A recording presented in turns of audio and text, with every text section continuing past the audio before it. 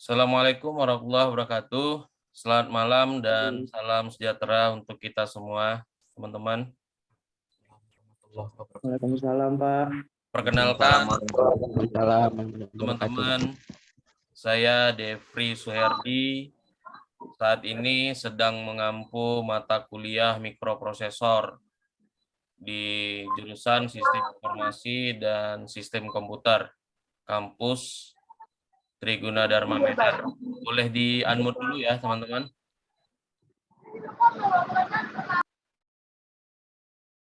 Oke. Apa kabar teman-teman sekalian? Sehat ya? Ya, Pak. Alhamdulillah Pak, sehat. Ya, Pak.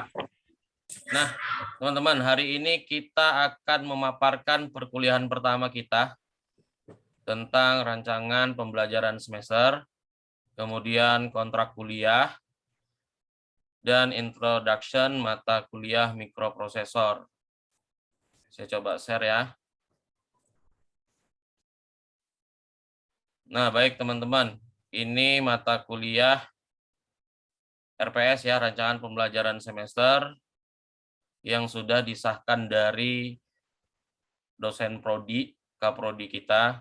Nah, jadi ada capaian pembelajarannya di CPL prodi itu yang pertama menjunjung tinggi nilai kemanusiaan dalam menjalankan tugas berdasarkan agama, moral, dan etika.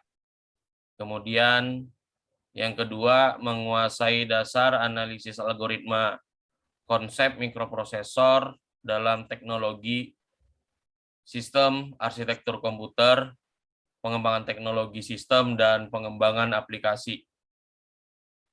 Kemudian menguasai penggunaan perangkat aplikasi komputer dan penerapannya pada teknologi komputer. Lalu yang terakhir, mampu melakukan pengembangan teknologi komputer dalam bentuk aplikasi desktop dan realitas sistem. Berikut capaian pembelajaran mata kuliah. Dalam hal ini adalah mikroprosesor ya, teman-teman. Itu ada 5. Yang pertama, nanti mahasiswa mampu memahami konsep mikroprosesor secara umum. Kemudian mahasiswa mampu mengimplementasikan dasar mikroprosesor. Lalu yang ketiga, mahasiswa nanti mampu menggunakan struktur CPU cycle dalam fungsi CPU. Kemudian mahasiswa mampu mengimplementasikan unit proses, key atau antrian, dan sinkronisasi komputer. Lalu yang kelima, mahasiswa mampu melakukan operasi pemrosesan pusat atau overclock CPU pada kinerja komputer. Nah, kemudian apa kemampuan akhir dari tahapan belajar atau sub CPNK-nya? Jadi setelah mata kuliah ini berakhir, yang pertama mahasiswa akan mampu memahami tentang sejarah dari mikroprosesor. Kemudian mahasiswa juga mampu mengimplementasikan tentang dasar mikroprosesor. Kemudian mahasiswa mampu memahami dan mengimplementasikan struktur dan fungsi CPU. Lalu mahasiswa nanti mampu memahami dan mengimplementasikan proses penjadwalan dan sinkronisasi. Terus yang kelima, mahasiswa mampu memahami dan mengimplementasikan teknologi mikroprosesor. Kemudian yang keenam, mahasiswa mampu membuat dan mengerjakan instruksi pemrosesan pusat sebuah komputer. Kemudian yang ketujuh, mahasiswa mampu membuat, kemudian mengerjakan atau mengimplementasikan tentang sistem input-output pada mikroprosesor. Lalu mahasiswa mampu memahami dari penggunaan memori pada sebuah mikroprosesor. Kemudian yang ke-9 nanti mahasiswa mampu mengimplementasikan cara penggunaan overclocking pada kinerja komputer.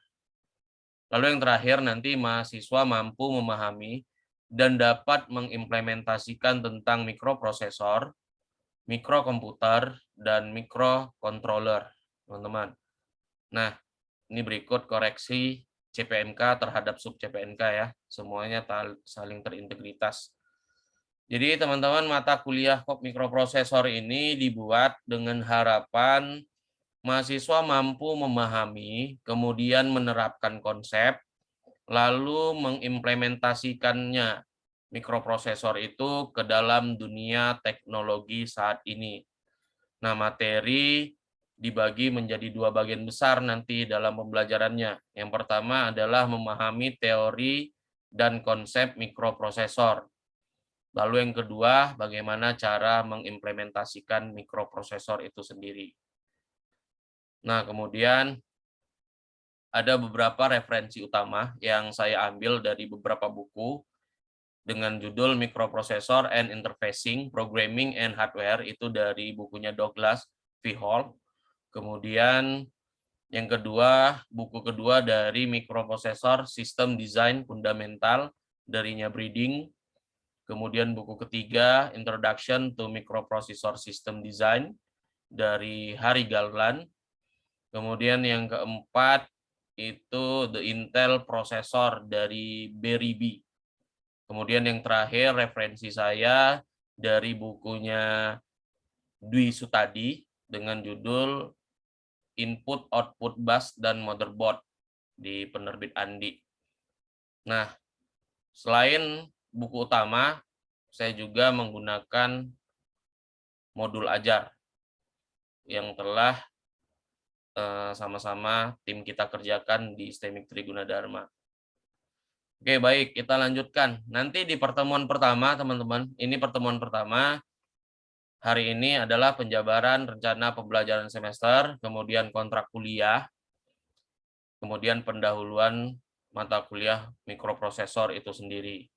Lalu nanti di pertemuan kedua, kita akan belajar sejarah perkembangan mikroprosesor. Kemudian di pertemuan 3, kita akan membahas dasar mikroprosesor, kemudian mikroprosesor PC, dan mikroprosesor server. Kemudian di pertemuan 4 dan 5, kita nanti akan membahas CPU arsitektur. Jadi di situ ada perkembangan arsitektur CPU, kemudian bagian-bagian CPU, lalu fungsi dari CPU, terus ada instruksi dari CPU, sampai ke prinsip desain CPU mikroprosesor. Nah, untuk pertemuan 6 dan 7, kita masuk ke pembahasan proses penjadwalan, model antrian atau queue, dan sinkronisasi, teman-teman, di pertemuan 6 dan 7. Lalu di pertemuan ke-8 nanti kita ujian tengah semester. Nah, ini adalah evaluasi dari pertemuan 1 sampai pertemuan 7. Nah, kemudian di pertemuan ke-9 kita akan membahas teknologi komputer, teknologi mikroprosesor. Kemudian di pertemuan 10 kita akan membahas instruction CPU cycle. Lalu di pertemuan 11 kita akan membahas manajemen unit sistem input-output mikroprosesor. Lalu nanti di pertemuan 12 kita akan membahas tentang manajemen memori mikroprosesor. Lalu pertemuan 13 kita akan membahas spesifikasi penggunaan komputer, khususnya untuk hal teknologi mikroprosesor. Lalu di pertemuan 14 kita ada overclocking CPU. Nah, mungkin nanti di pertemuan ini kita juga akan melakukan praktikum. Bagaimana cara meningkatkan performa dari Central Processing Unit, CPU ya. Kemudian di pertemuan terakhir, kegiatan belajar mengajar, kita ada arsitektur mikrokomputer. Nah, nanti di sini kita akan bahas sistem komputer, kemudian sistem mikrokomputer, lalu sistem bus, mikroprosesor, dan mikrocontroller, teman-teman. Lalu yang terakhir di pertemuan 16, kita melakukan ujian akhir semester. Itu diambil dari pertemuan 9 hingga pertemuan 15. Teman-teman. Saya stop sebentar, kita kembali ke slide ya. Kelihatan ya, teman-teman ya? Kelihatan, Pak. Oke. Ini tadi rencana pembelajaran semester sudah saya tunjukkan ke teman-teman. Nah, dari RPS di atas tadi yang sudah saya tunjukkan ke teman-teman,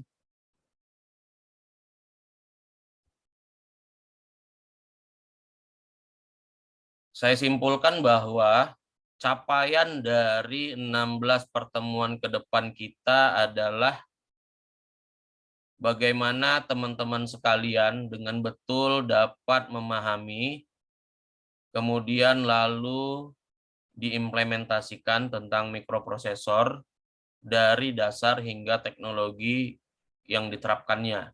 Nah, kemudian paham betul tentang mikrokomputer beserta seluruh komponen penting yang ada di dalamnya, hingga bagaimana cara menerapkannya. Nah, kemudian paham untuk diimplementasikan mikrocontroller dalam sebuah komputer. Silakan, sampai di sini ada yang mau ditanyakan? Izin bertanya, Pak. Ya. Saya Dion dengan 2021-03-0100 mau bertanya tentang mikrocontroller, yaitu pertanyaannya, bagaimana menerapkan mikrocontroller pada sebuah komputer? Oke, saya ulangi baik. lagi, Pak, yaitu saya ulangi lagi ya, Pak, sekali lagi, bagaimana menerapkan mikrocontroller pada sebuah komputer? Sekian, terima kasih, Pak. Oke, baik, Bang Dion. Terima kasih atas pertanyaannya. Nah, microcontroller sendiri itu merupakan sebuah single board yang dapat menerima instruksi yang nantinya akan dikaitkan pada sebuah komputer seperti penggunaan memori database. Harus saling terintegrasi ya. Kemudian input-output. Kemudian seluruh perangkat sistem yang nantinya bisa dihubungkan antara mikrocontroller dan komputer. Jadi contoh penerapannya dengan cara membangun sistem controller atau kendali yang sistem dan database-nya ada dalam sebuah komputer dengan menggunakan software yang dibutuhkan dalam pembuatan sistem. Nah, begitu kira-kira Bang Dion. Kita lanjut ya. Pak, terima kasih, Pak.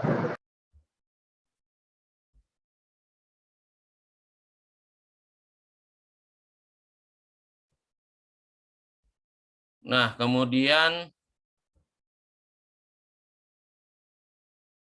metode pembelajaran yang kita gunakan adalah pemaparan materi atau ceramah nanti, atau penjelasan bisa. Kemudian ada diskusi, baik itu diskusi perorangan maupun kelompok. Lalu ada praktikum jika di salah satu materi membutuhkan praktek untuk memberikan referensi yang terkait.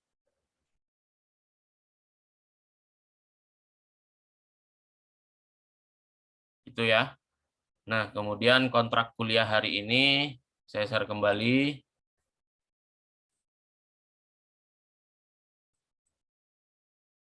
Nah, kontrak kuliah kita bisa dilihat ya. Yang paling penting nanti komponen penilaian.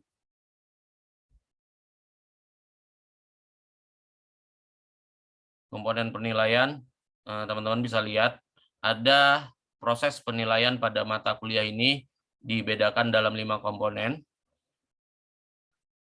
Di antaranya adalah yang pertama, kehadiran.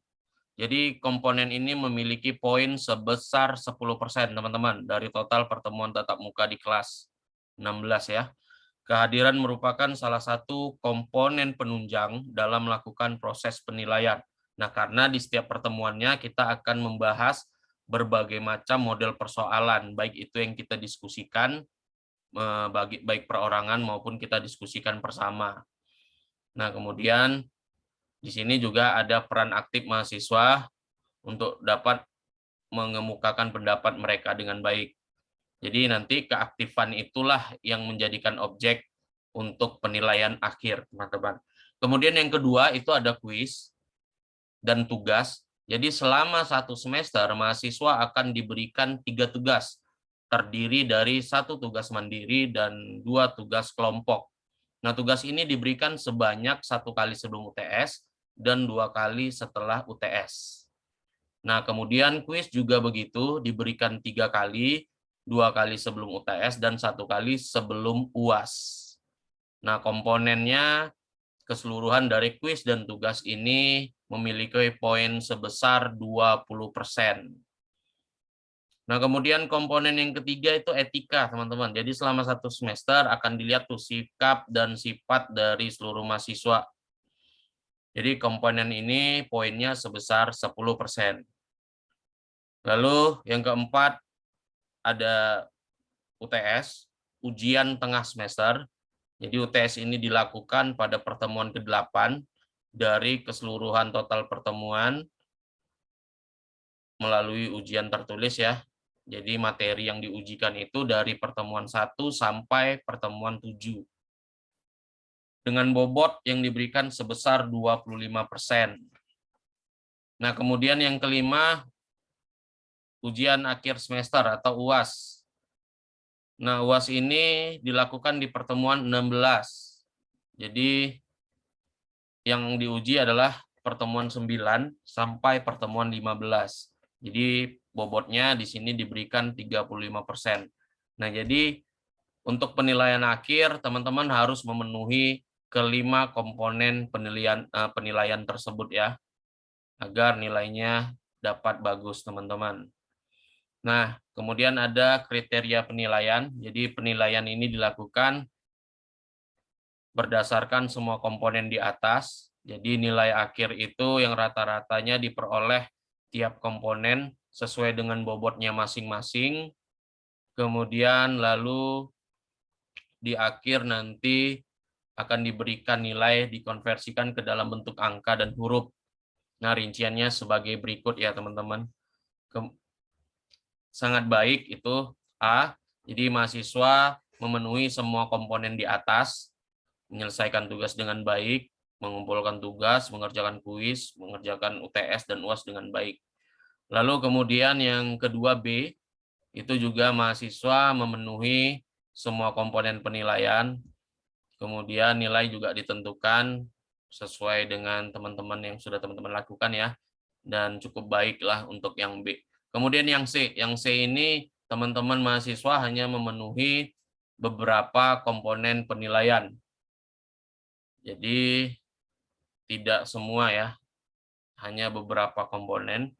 Kemudian yang terakhir itu ada D dan E. Jadi kalau D itu mahasiswa tidak memenuhi beberapa komponen. Yang terakhir E, mahasiswa itu tidak memenuhi semua komponen, tidak lulus yang terakhir. Oke, teman-teman.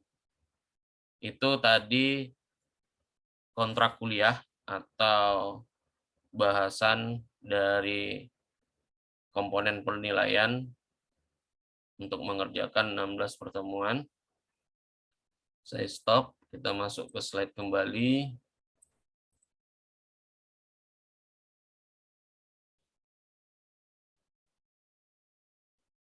Kelihatan ya, teman-teman? Kelihatan, Pak.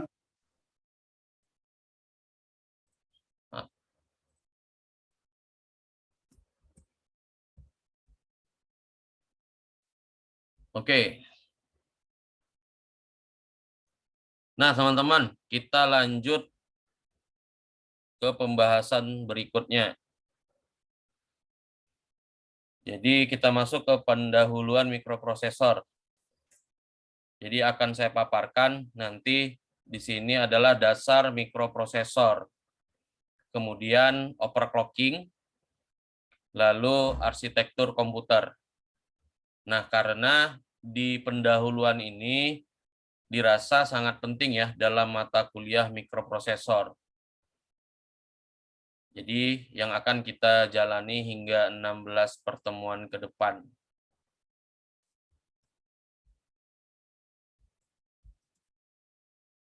Baik, yang pertama adalah mikroprosesor. Kelihatan ya, teman-teman. Jadi bagian yang paling fungsional dari sebuah komputer adalah CPU, Central Processing Unit. Nah, kemudian ada memori, lalu yang terakhir adalah input-output, teman-teman. Nah, mikroprosesor sendiri adalah sebuah Central Processing Unit elektronik komputer yang komponennya terbuat dari transistor, transistor mini, serta sirkuit yang terintegrasi dengan semikonduktor. Teman-teman bisa lihat gambarnya ya. Bisa lihat ya. Nah, yang awalnya dulu saling terpisah. Namun dengan adanya evolusi dari mikroprosesor yang mengikuti hukum Moore. Ingat dulu ada namanya hukum Moore. Terjadi peningkatan di performa dan dari tahun ke tahun hingga yang kita rasakan saat sekarang ini.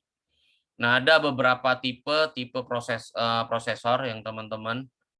Yang pertama Pentium dari Intel Corporation.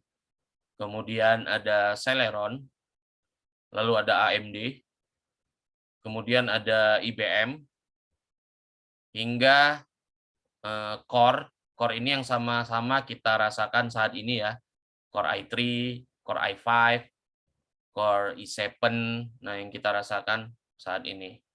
Nah, nanti semua akan kita paparkan dan akan kita jelaskan lebih lanjut di pertemuan-pertemuan selanjutnya. Nah, kira-kira sampai di sini ada pertanyaan? Maaf Pak, izin bertanya Pak. Nama Oke. saya Agung Triprakoto dengan NIM 2021009098 Pak.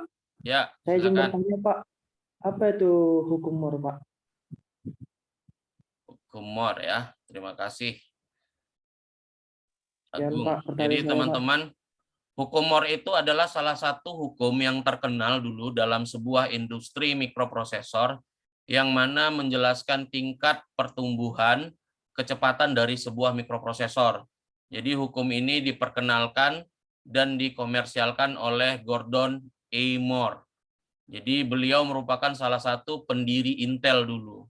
Jadi dia katakan bahwa pertumbuhan kecepatan prosesor itu harus mengikuti rumus eksponensial. Nah, namun sekarang hukum Moore ini sudah tidak relevan lagi seiring dengan berkembangnya teknologi di zaman ini. Kira-kira begitu, Bang Agung. Baik Pak, terima kasih Pak. Nah, baik teman-teman, kita lanjutkan. Bagaimana dengan bagian CPU? Nah, itu bagian CPU ini terdiri dari ALU, Arithmetic Logic Unit, yang bertugas membentuk fungsi-fungsi pengolahan data komputer. Kemudian yang kedua ada CU, Control Unit, yang dimana bertugas untuk mengontrol operasi CPU dan komputer agar terjadi sinkronisasi dalam menjalankan fungsinya ya. Kemudian yang ketiga ada register, di mana merupakan media penyimpanan internal CPU pada saat proses pengolahan data. Lalu yang terakhir itu ada CPU interconnection, di mana CPU ini akan terkoneksi dengan bus yang menghubungkan komponen internal CPU, ALU, CU, dan register. Ada pertanyaan? Sampai di bagian CPU? Saya Pak. Ya, silakan. Assalamualaikum warahmatullahi wabarakatuh. Waalaikumsalam warahmatullahi wabarakatuh. Selamat malam Bapak dosen dan teman-teman sekalian. Malam, Nama Mas. saya Taufik Hidayat Saragi, NIRAM 2021030022. Satu pertanyaan yang ingin saya utarakan adalah, apa sih Pak sebetulnya fungsi dari CPU itu? Terima kasih. Oke, baik. Terima kasih Bang Taufik. Nah, jadi fungsi dari CPU itu adalah menjalankan program-program yang disimpan di dalam memori utama dengan cara mengambil instruksi, kemudian lalu mengujinya. Jadi terakhir itu dilakukan eksekusi satu persatu sesuai dengan alur perintahnya dalam sebuah komputer. Begitu kerja CPU, Bang Faisal. Nah, nanti akan kita bahas pada saat dilakukannya pertemuan di bagian CPU nanti ya, Bang Faisal ya. Oke, Pak. Terima kasih. Oke, kita lanjut. Nah, nanti juga teman-teman, di dalam prosesor itu kita ada tentang proses, antrian, kemudian sinkronisasi. Nah, di mana proses merupakan program yang sedang dieksekusi, seperti yang teman-teman lihat pada gambar, kelihatan ya. Nah, jadi penjelasan ini ready, RDY ini ready, kemudian run ini running, W ini wait, teman-teman. Jadi hanya satu proses yang dapat berjalan pada prosesor manapun pada satu waktu. Nah, namun banyak proses yang dapat berstatus ready dan waiting. Jadi ada 3 kemungkinan bila sebuah proses itu memiliki statusnya running. Jadi yang pertama, jika program telah selesai dieksekusi, maka status dari proses tersebut akan berubah menjadi terminated. Kemudian jika waktu yang disediakan oleh OS untuk proses tersebut sudah habis, maka akan terjadi interrupt. Kemudian berstatus ready. Kemudian yang terakhir, jika suatu event terjadi pada saat proses dieksekusi, seperti ada permintaan, maka proses tersebut akan menunggu event berikutnya. Jadi statusnya adalah waiting. Nah, begitu kira-kira. Nah, lalu nanti kita akan bahas tentang memori, manajemen memori, di mana nanti ada memori utama dan memori cadangan. Terlihat pada gambar ya. Jadi merupakan bentuk fisik dari RAM dan ROM, teman-teman. Nah, sampai di sini ada yang bertanya tentang memori. Izin bertanya lagi, Pak. Silakan, Bang Agung ya. Iya, Pak. Apa sih, Pak, gunanya RAM dan ROM, Pak? Oke, baik. Terima kasih, Bang Agung. Jadi RAM itu, Random Access Memory, itu digunakan sebagai memori baca tulis. Artinya, memori dapat diisi dan isinya tersebut bisa dibaca kembali. Nah, sedangkan ROM, itu read only memory, digunakan untuk menyimpan urutan instruksi tertentu yang sering digunakan, sehingga lebih efisien jika selalu tersedia di memori saja. Nah, sudah jelas ya, Bang Agung. Oke, nanti kita lanjut. Ada manajemen input-output, di mana merupakan bagian dari sistem mikroprosesor yang bekerja nanti menjembatani mikroprosesor dengan peralatan input-output, seperti keyboard, monitor, printer, scanner, dan lain-lain. Dari gambar bisa terlihat diagram alir pengendalian input-output ya. Ini sistem polling namanya. Nanti akan kita jelaskan pada saat pertemuannya. Kemudian ini sistem interupsi, manajemen input-output. Nah, kemudian yang terakhir kita ada overclocking. Nah, ini nggak kalah penting nanti yang harus Anda ketahui tentang mikroprosesor. Kenapa? Karena overclocking sendiri adalah cara meningkatkan performa atau frekuensi operasi CPU yang dilakukan dengan sengaja tentunya. Nah, ini tidak asing bagi para gamer untuk menambah kemampuan PC atau laptopnya ya, untuk bermain game. Namun ini tentunya sangat beresiko pada hardware-nya sendiri. Nah, jadi terlihat di atas beberapa kelebihan dan kekurangan dari overclocking, teman-teman bisa lihat ya. Ada komputer lebih cepat, kualitas gaming, gagal hardware, meningkatkan clock rate terhadap demi tahap. Nah, sampai di sini ada yang ingin ditanyakan, silakan. Pak, izin bertanya lagi, Pak. Boleh, Bang Dion, silakan. Nanya nih, Pak. Bagaimana cara meningkatkan performanya, Pak? Wih, pertanyaan yang bagus ya. Bagaimana cara meningkatkan performanya? Baik, terima kasih atas pertanyaannya, Bang Dion. Saya kira untuk mengetahui bagaimana caranya nanti akan kita lakukan praktek langsung pada saat di sesi pertemuannya. Jadi namun teman-teman, hal ini sudah sangat-sangat jarang dilakukan ya. Karena kembali lagi, komputer teknologi sekarang mengalami perkembangan yang sangat cepat. Jadi sekarang udah banyak PC atau laptop yang mumpuni untuk gaming, kemudian pengerjaan desain lainnya.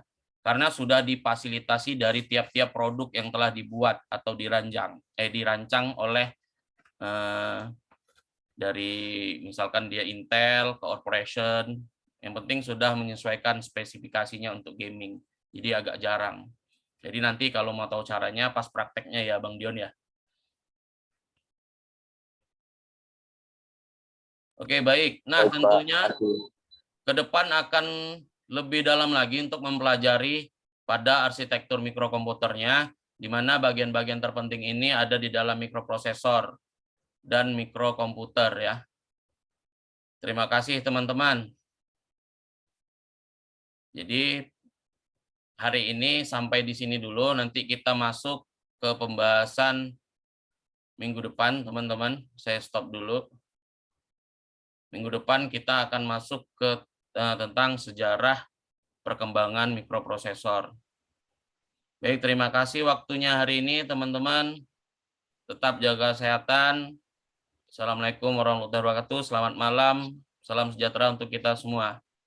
Sampai ketemu minggu depan ya. Waalaikumsalam warahmatullahi wabarakatuh. Selamat malam juga Pak. Terima kasih Pak.